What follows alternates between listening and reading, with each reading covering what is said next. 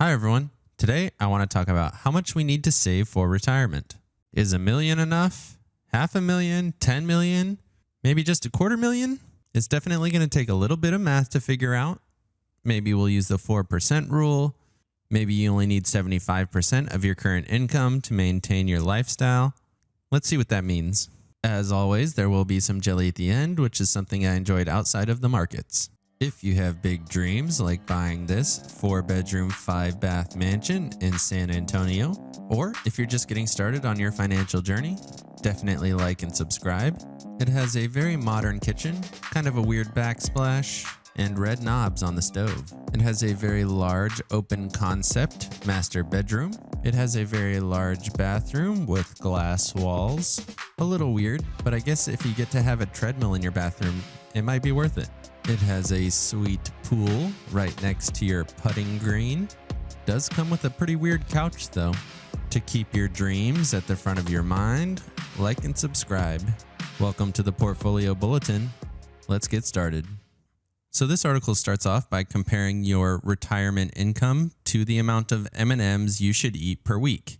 And that's to say that the answer really varies person to person.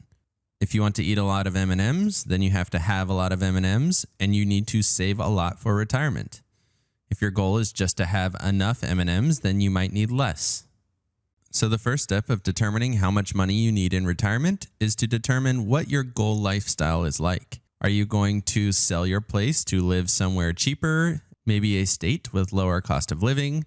Are you going to downsize your home and have a lower mortgage? Or do you plan to travel? Do you plan to have multiple homes and live in multiple locations? Also, what age do you want to retire? And what age did you start saving? If you start saving as a teenager, you're not going to have to save as much per month as if you start saving in your 40s. So these are all different factors that play a role in determining how much you need to save and how much you will have in your retirement. It says here that many people save for retirement without actually knowing what that looks like, because it's hard to know what your life might look like decades from now. And it's also impossible to know whether you may experience health problems or hit some other problems that may change your life. So the long story short is we can't plan for the unexpected. All we can do is take general estimates and get an idea of what we think it might look like. So the example given here is if you live in a $500,000 single home in New York and you plan to move to a modest condo in Florida, it's not a bad idea to look at what that might cost you and also take a look at what the living expenses are in Florida. It says here, if you save $1 million, you could roughly spend $50,000 a year without drawing down your principal. That assumes a 5% annual return. And that doesn't include the potential $17,000 that you would get from Social Security, which would give you an income of around $70,000 per year. And as you get older, you could start spending some of the principal. So the question is $70,000 enough for you? Will that decrease your quality of life? Are you comfortable with that? Or do you need to increase your overall goal? So let's go over how to calculate how much you think you might need for your retirement. It says here you should expect to live on 70 to 80% of your pre-retirement income in retirement. Also, 4% is a very popular rule for calculating how much of your retirement money you should be able to use each year. Lastly, it says the amount you need to retire could be reduced if you have additional streams of income or if your income is tax advantaged. Additional streams of income could be anything passive, like a business that is self-sustaining, or something like Social Security. It says here that only 36% of non-retired adults feel that their savings is on track, while 64% say that they are falling behind. It's a fair assessment that that's probably why you're watching a channel like this, or maybe your goal is to retire early like mine. So let's quickly talk about exactly how much it might take to live in retirement. So I've run down basic bills.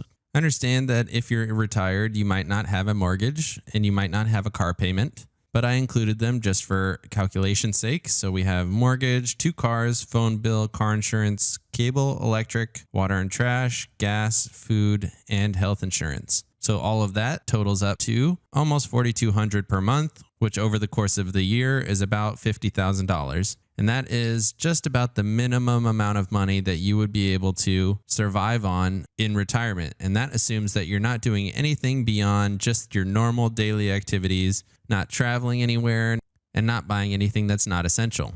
Here's another scenario where your house is paid off and your cars are paid off. You will still have some car costs for things like repairs, but that $1,200 per month from the mortgage is now going towards things like entertainment and travel. And even with all of that, your monthly bills are still less than $3,300 per month and less than $40,000 per year. So now that we have an idea of how much money we will need in retirement, we can use things like the 4% rule to determine exactly how much money we might need to save for retirement. So the 4% rule says here, if you wanted $40,000 in income, you would need $1 million in invested portfolio when you retire. If you think you'll need $100,000 in retirement, then you would need to save $2.5 million. So it shows here how it's calculated. You just take whatever you think your retirement income is, and then you multiply it by 25. So it shows here if you need $50,000, you multiply it by 25, and that would give you a needed portfolio value of $1.25 million. So the 4% rule was developed quite a long time ago, and there were several studies done to show that the 4% rule was valid in the past. But that was also based on when bonds had much higher yields, and currently bonds do not yield nearly as much as they used to in the past, but it's still a good tool to use to try to get an idea of how much you need to save for retirement.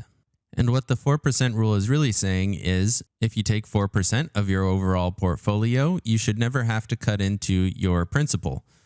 One thing that the 4% rule does not factor in is any kind of passive income. For example, if you draw Social Security and you get about $18,000 per year in Social Security, as it shows here, then that's $18,000 that you don't have to pull out of your portfolio. Now, there's a lot of questions whether Social Security will be there for people my age when it comes to retirement, but that's a discussion for another time. Now, up to this point, we really haven't talked about taxes. So if you're investing in a Roth IRA, then all of your withdrawals will be tax-free, and that could save you potentially a lot of money. The downside to a Roth IRA is that you have to wait until 59 and a half to withdraw that money. Otherwise, you will face tax penalties. It shows here that could save you from 10 to 37% on income taxes. Social Security is also taxed, which is a little silly since it's coming from the government, but it does have a tax advantage for individuals up to $25,000 and then up to $32,000 for married couples. And even above these values, you're still not taxed on 100% of the value. It shows here that the most of your Social Security that you can be taxed on is 85%. All right, so let's do the math and see what this really looks like. So at the top left here, we have age, and that is the age that you started investing. That is the number of years until you reach age 60. And then number of months invested, that's the number of investments into your investment account. And then I did amount per month. And then I did a growth rate for calculation purposes. And then that gave me a portfolio value. And then I used the 4% rule to generate what my annual income would be. So if at 20 years old, I invested for 40 years, which is 480 investments at $600 per month at 10%, I would have $3,794,000. Of course, $600 per month at age 20 might be a little bit high, and a 10% growth rate is pretty unrealistic consistently over that period of time. But just to give you a picture of what that would look like, you would end up with an annual income of $151,000 per year. Moving on down here to age 50, that means you only have 10 years to invest, 120 investments, and even if you doubled your investment at $1,200 per month at 10%, you would only have $245,000, which would generate an income of less than $10,000 per year. So you can see here, it's much more difficult to make up time than it is to make up money. The more money that you can put in, the sooner in your life, the longer it has to grow. And this is really displayed here on these graphs. So this graph shows that at age 20, if you had invested that amount of money over 40 years, you would have an annual income of $151,000 versus the $50,000, you would have an annual income of less than $10,000. And this graph over here shows how much you're investing per month. So you can see at 20 years old, you're investing $600 per month, whereas at 50 years old, you're investing $1,200 per month. So even though you're investing half as much money, because it's going in so much sooner, you get a much, much larger income from your retirement account. So understand that this calculation is pretty basic. As you get older, you often invest more money per month. So saying that you will only ever invest one amount of money per month for your entire life is a little unrealistic. Plus 10% is also unrealistic. 7% is pretty accurate. But this should give you a ballpark of what you might want to aim for a retirement account. If you have any questions, definitely put them down in the comment section and I will answer all of them. If you got any value out of this video, definitely like and subscribe. And with that, let's get to the jelly. So today's jelly is a little bit of a different style of video. It triggers something deep in the human psyche. That's really all I can say about it. It just has something that really irks you. Take a look.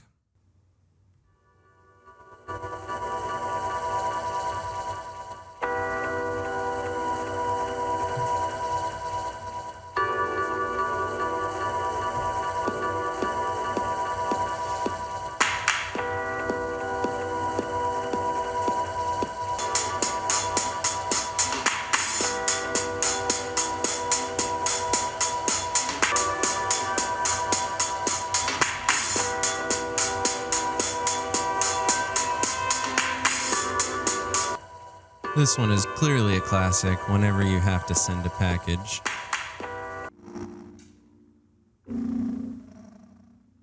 This one is called A 5-Year-Old Makes a Paper Airplane.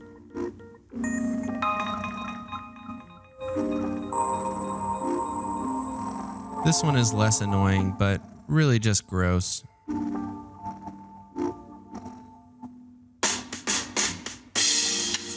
I can only assume he's learning to shuffle for the first time.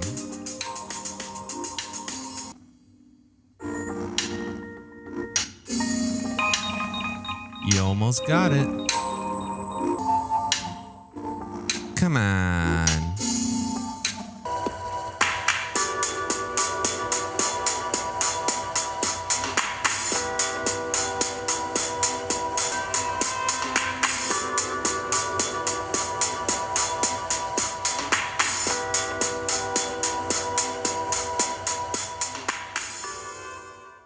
As you can see, it's very frustrating and uncomfortable. The M&Ms and Skittles mixing is by far the worst part of this video for me. Which one is the worst for you? Comment down below. If you want to watch the whole video, it will be linked in the description. Let me know how this video made you feel in the comment section. And like and subscribe so you don't miss my next video.